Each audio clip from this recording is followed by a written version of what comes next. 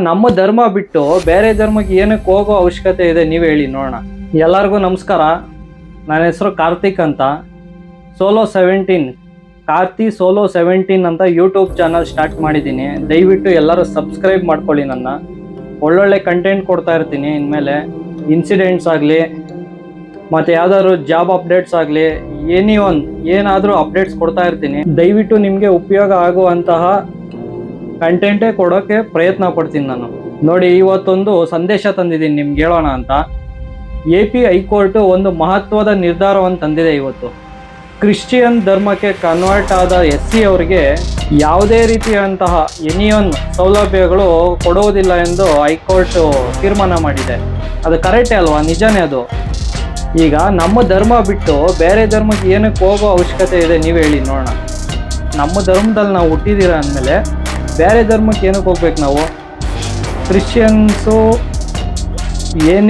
Facilities ಕೊಡ್ಬೋದು. ಯಾಕೆ ನಮಗೆ ತಿನ್ನೋಕೆ ಊಟ ಇಲ್ವಾ? ಹೋಗಲಿ ಬೇರೆ ಧರ್ಮಕ್ಕೆ ಕನ್ವರ್ಟ್ ಆಗೋಕ್ಕೆ.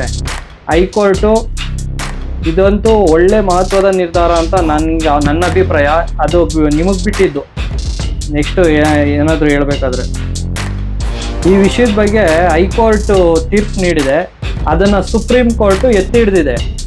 ಕರೆಕ್ಟೇ ಅಲ್ವಾ? ಅದು ಹೈಕೋರ್ಟ್ ಹೇಳಿದ್ಮೇಲೆ ಸುಪ್ರೀಂ ಕೋರ್ಟು ಮೈನು ಎಲ್ಲರ ಅಪ್ಪ ಸುಪ್ರೀಂ ಕೋರ್ಟೇ ಹೇಳಾದ್ಮೇಲೆ ನೀವು ಏನು ಲೆಕ್ಕ ಹೇಳಿ? ಇದ್ರ ಬಗ್ಗೆ ನೀವೇನು ಹೇಳೋಕ್ಕೆ ಇಷ್ಟಪಡ್ತೀರಾ? ದಯವಿಟ್ಟು ಸಬ್ಸ್ಕ್ರೈಬ್ ಮಾಡ್ಕೊಳ್ಳಿ. ಇಂಥ ಕಂಟೆಂಟ್ಗಳು ಒಳ್ಳೊಳ್ಳೆ ಕಂಟೆಂಟ್ಗಳು ನಾನು ಕೊಡೋಕ್ಕೆ ಬೀಳ್ತೀನಿ. ಸಬ್ಸ್ಕ್ರೈಬ್ ಮಾಡ್ಕೊಂಬಿಡಿ. ಅದೊಂದೇ ನಿಮ್ಮನ್ನು ಕೇಳ್ಕೊಳೋದು. ಯಾಕಂದರೆ ಸಬ್ಸ್ಕ್ರೈಬ್ ಮಾಡಿಕೊಂಡ್ರೆ ನಾನು ಆಗ್ತಂಥ ಪ್ರತಿ ವಿಡಿಯೋಗಳು ನಿಮಗೆ ನೋಟಿಫಿಕೇಷನ್ ಮುಖಾಂತರ ಬರ್ತಾ ಇರುತ್ತೆ.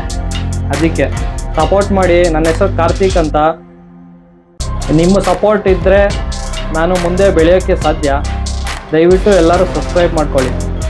ಅದೇ ರೀತಿಯಾದಂಥ ನೆಕ್ಸ್ಟ್ ಕಂಟೆಂಟ್ಗಳು ಇವೆ. ನನ್ನ ಹತ್ರ ಕಂಟೆಂಟ್ ಕೊಡ್ತಾ ಇರ್ತೀನಿ. ಸಬ್ಸ್ಕ್ರೈಬ್ ಮಾಡ್ಕೊಳ್ಳಿ. ಜೈ ಹಿಂದ್, ಜೈ ಕರ್ನಾಟಕ ಮಾತೆ. Thank you.